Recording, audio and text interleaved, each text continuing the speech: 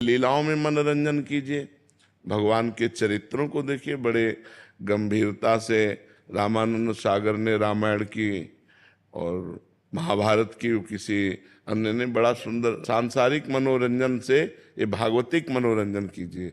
आप रामायण देखिए, आप बहुत से ऐसे चरित्र है, कृष्णा चरित्र है, ऐसे चरित्रों को देखिए जिससे कम से कम हमारा भाव तो जा रहा है कि ये राम जी हैं, लक्ष्मण जी हैं, ये हनुमान जी हैं, हमारा चिंतन तो बन रहा है। वो एक अनुकरण किया गया है लीला का, लेकिन हम सत्य चिंतन करने लगते हैं, ये सिया जी हैं, ये राम जी हैं, ये हनुमान जी हैं। तो हमारा चिंतन जब सिया राम में सब जग जानी आदेश है कि सारे जगत को सिया राम में देखो, भगवत स्वरूप देखो, तो जब हम रामचरित्र देख रहे हैं तो उसमें तो भगवत भाव बन ही जाता है। कभी रोना आ जाता है, कभी मन एकदम लगता है अब क्या होगा, अब क्या होगा, तो हमारा पूरा मन उसमें लग जाता है। तो हमें लगता है फिल्म आदि मनोरंजन से अच्छा है रामायण, महाभारत, कृष्ण आदि मनोरंजन। और भी बहुत भागवतिक चरित्रों का अनुकरण किया गया है, बहुत से भागवतिक प्रोग्राम हैं, उनको देखो, कथा वार्ता देखो, एकांतिक सुनो, जिससे तुम्हारा मन पवित्र हो। ऐसे चरित्र देखना या ऐसा दृश्य देखना जिससे हमारा मन गंदा हो जाए तो मनोरंजन नहीं हुआ, वो तो मन को और गंदा करके, मलिन करके, हाँ, पवित्र करना है। महाराज जी बहुत सारे बच्चे मिलते हैं महाराज जी, शुरू यहीं से करते हैं, बट वो आजकल इंस्टाग्राम रील्स फेसबुक्स में वो कहाँ पहुंच जाते हैं पता ही नहीं, नहीं लगता। थोड़ा फिर काफी कंट्रोल करना पड़ेगा, अपने को थोड़ा कंट्रोल करना पड़ेगा। ऐसा नहीं कि हम मोबाइल में लगे तो मोबाइल में ही लगे हैं। हमारी कुछ एक दिनचर्या होनी चाहिए, थोड़ी देर शास्त्र स्वाध्याय, थोड़ी देर नाम जप, थोड़ी देर नाम कीर्तन, तो 10 15 20 मिनट, आधा घंटा, 1 घंटा अगर हम कोई सीरियल देख लेते हैं, धार्मिक सीरियल या सांसारिक सीरियल भी देखते हैं, तो ऐसे जिनमें गंदगी नहीं है, जो हमारे को ज्ञान प्राप्त कराएं, ऐसे सीरियल देखो। जड़ चेतन गुण दोष में विश्व कीन करतार, संत हंस गुण गाहे पे परिहरिवार विकार। ये संसार गुण और दोष दोनों मिलाकर बना हुआ है। ऐसे मोबाइल में, टीवी में गुण और दोष दोनों हैं। देखो, आप मोबाइल से ही सत्संग सुनकर यहाँ आए हो वृंदावन धाम में साधु समागम करने के लिए, तो कितना बढ़िया काम बना कि भगवान की तरफ मोबाइल ही तो लाया। सब लोगों से हम मिल थोड़ी पाते हैं। हजारों लोग ऐसे हैं जो हमसे मिले नहीं लेकिन सुधर गए, मांस मदिरा छोड़ दिया, गंदे आचरण छोड़ दिए, तो मोबाइल से सुनकर ही तो। अब हम हजारों लोग हैं जो अपने को भ्रष्ट कर लिए मोबाइल से, गंदी सीने, गंदे चित्र, गंदी बातें देखकर अपने आप को गिरा लिए। तो मोबाइल गुण और दोष दोनों से युक्त है। यदि हम गुण चाहें तो बड़े बड़े संतों के पावन चरित्र, संतों की वाणी, भगवान का लीला अनुकरण, ये सब मिलता है। और अगर हम अपने को गंदगी में ले जाएं तो देश विदेश की फिल्में, देश विदेश की गंदी बातें हम अपने दिमाग को खराब कर लें। तो हमको चाहिए कि हम मोबाइल आदि में संयम से सद्गुण को ग्रहण करें। ये नहीं कि रील पे रील देखते चले जा रहे हैं या गेम खेल रहे हैं या गंदी बातें देख रहे हैं, ऐसा नहीं होना चाहिए। प्रमोद जी उड़ीसा से। श्री हरिवंश महाराज जी। महाराज जी आप पूछना चाह रहे हैं कि महाराज जी जब आप घर से निकले और साधन उसमें लगे तो आपको कितने साल में पहली अनुभूति हुई थी महाराज जी? हम तो हर समय यही अनुभूति करते रहे कि हमें भगवान अपनी गोद में लिए, क्योंकि हम अकेले रहे, हमने कभी किसी का संग नहीं किया। बड़े बड़े महापुरुषों का संग किया और अकेले रहे, तो हमें हर समय भगवान की अनुभूति होती रहती थी कि हमारे साथ भगवान। शुरू से ऐसा क्योंकि बच्चा थे, 13 वर्ष की अवस्था से घर से निकले थे, तो हमें यह अनुभूति होता कि हमारे पास हर समय भगवान है। गंगा किनारे भ्रमण करते तो हर समय भगवान। हाँ, भगवत साक्षात्कार मुझे सन तारीख तो याद नहीं है, पर काशी के घाटों में भगवान शिव की कृपा का अनुभव हुआ, शिव का साक्षात्कार हुआ साकार रूप में, क्योंकि हमारी भावना थी प्रगट रूप में देखने की। तो जैसी भावना होती है वैसा भगवान दर्शन देते हैं। और उस समय बस एक ही लौ लगी थी, कई कई दिन भूखे रहते, भोजन घाटों में कहाँ मिलता है। वहाँ तो मारवाड़ी क्षेत्र में जाओ तो भोजन पाओ जा करके, तो कभी कोई 1 2 पीस उधर से निकला, बर्फी दे दी या थोड़ा सा सतुआ दे दिया ऐसे, तो वही कमंडल के ढक्कन में गंगा जल से सान के चाट लेते। और निरंतर नाम जब चल रहा था तो बस यही होता, आज भगवान के दर्शन होंगे, आज भगवान के दर्शन होंगे। तो काशी का कार्य पूरा करके फिर वृंदावन के कार्य में भगवान ने भेज दिया। पर मुझे आज भी मुझे अनुभव होता है, हमको लग रहा है भगवान मुझे गोद में लिए हैं। हर समय हमें एक आनंद की अनुभूति होती रहती है। तो उनका प्यार, उनका दुलार मुझे बचपन से प्राप्त है। तो अनुभूतियों के तो ढेर से ढेर है, क्योंकि पूरा जीवन इसी में चलते रहे। पर विशेष अनुभूति काशी में, हमें वो तारीख दिन तो पता ही नहीं, क्योंकि हम कोई ना मोबाइल जीवन में रखा है, तो हमें पता कैसे चलेगा कि आज कौन सा दिन है, कौन सी तारीख है, कौन कितना समय है। कभी कुछ नहीं, न घड़ी, न मोबाइल, न कुछ नहीं। तो हमें इस स्थिति में भी भगवान का दुलार दिखाई दे रहा है, भगवान का प्यार दिखाई दे रहा है। तो उन्हीं के प्यार से हम चल रहे हैं। महाराज जी, वास्तविकता में दिव्यता किसे कहते हैं महाराज जी? क्योंकि हमारा परिचय ही नहीं है उस दिव्यता से, तो दिव्यता क्या होती है? देखो, दिव्यता, दिव्य का मतलब होता है भौतिक से अलग, भौतिक चकाचौंध से अलग। बोले बड़ा दिव्य है, उसको समझने के लिए भी अलग होना पड़ेगा। हाँ, उससे तुम्हारी बुद्धि भौतिक से अलग होनी चाहिए।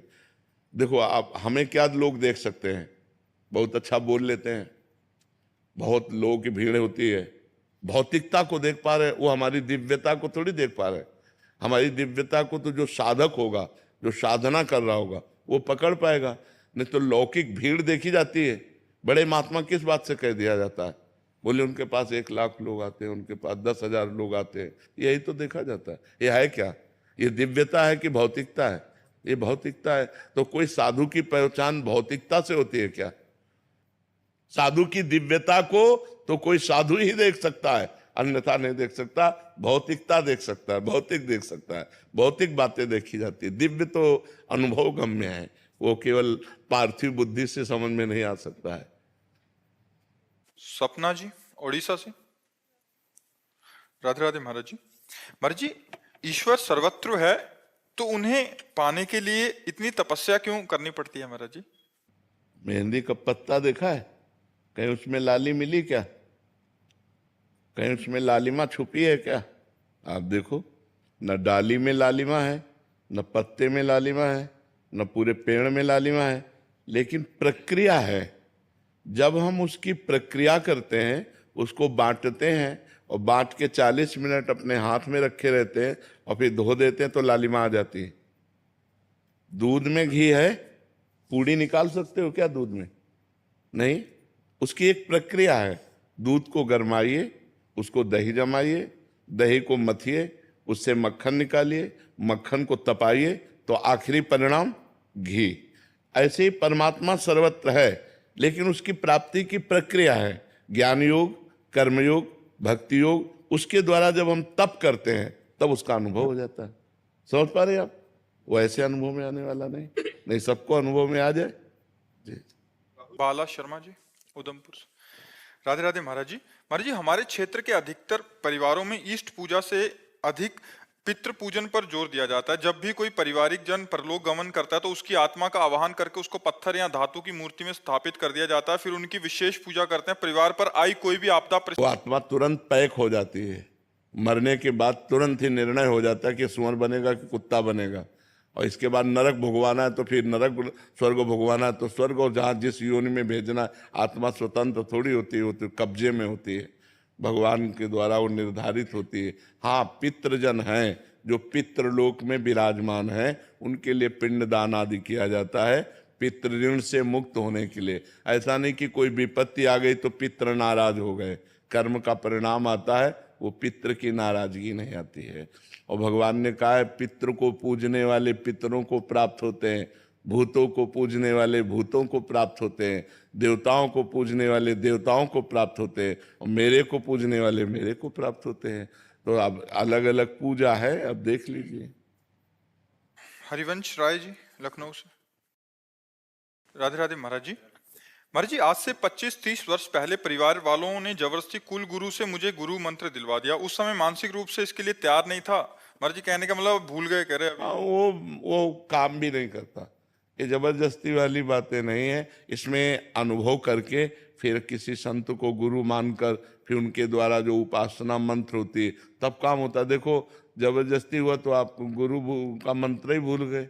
अब नया अध्याय शुरू करो। ऐसा लगता है कोई अपराध बोध हो रहा नहीं नहीं नहीं, अब विवेक के द्वारा गुरु का वर्णन करो और फिर उसके द्वारा जो मंत्र उपासना मिले अब करो। जीवन के समाप्ति के पहले पहले कर लो ये, जिससे है। तो अभी भी राम नाम के जप कर रहे हैं कौन से? किसी संत से राम नाम ले लो, वही जपो। किसी राम नामी संत से राम राम का नाम।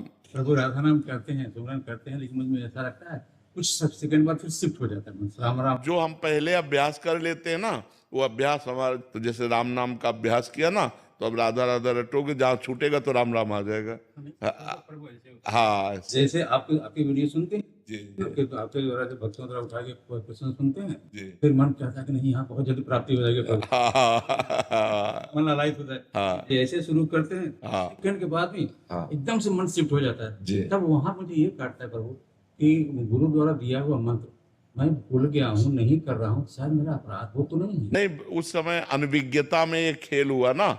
यदि विवेक के द्वारा होता तो कभी ऐसा नहीं होता। अनभिज्ञता में हुआ। अब आगे एक कदम बढ़ाओ, आप जो है राम राम ही जपो। हाँ हाँ, राम राम ही जपो, ठीक है। कई बार ऐसा होता है कि श्री कृष्ण में प्रीति है और श्री कृष्ण जीवन चरित्र पसंद है, उसका चरित्र कथा पसंद है, लेकिन जब नाम जप करते हैं तो राम नाम मुख से निकलता है, ऐसा क्यों? हाँ, ये अगर राम राम जपोगे तो श्री कृष्ण की प्राप्ति हो जाएगी। अच्छा, तो कोई नहीं नहीं, पावर है। हम उसको जिधर चाहे उधर लगा लें। हमारे पास पैसा है, हम जो चाहे खरीद लें। तो नाम रूपी धन है, हम जो चाहे वो प्राप्त कर सकते। मतलब कृष्ण में प्रीति हो और नाम जब राम हो तो चलेगा? चलेगा चलेगा चलेगा, दौड़ेगा, आप चिंता मत कर। क्योंकि वही श्याम है, वही राम है। तत्व में तो अंतर नहीं है, रूप में भी अंतर नहीं है, नाम में केवल अंतर है। रूप वो भी श्याम सुंदर, वो भी श्याम सुंदर। तत्व में वही परम तत्व राम, वही परम तत्व श्री कृष्ण। हाँ, एक में धनुष लिए, एक में मुरली लिए, बात अंतर वो है, वही है, वही प्रभु है, दूसरे नहीं।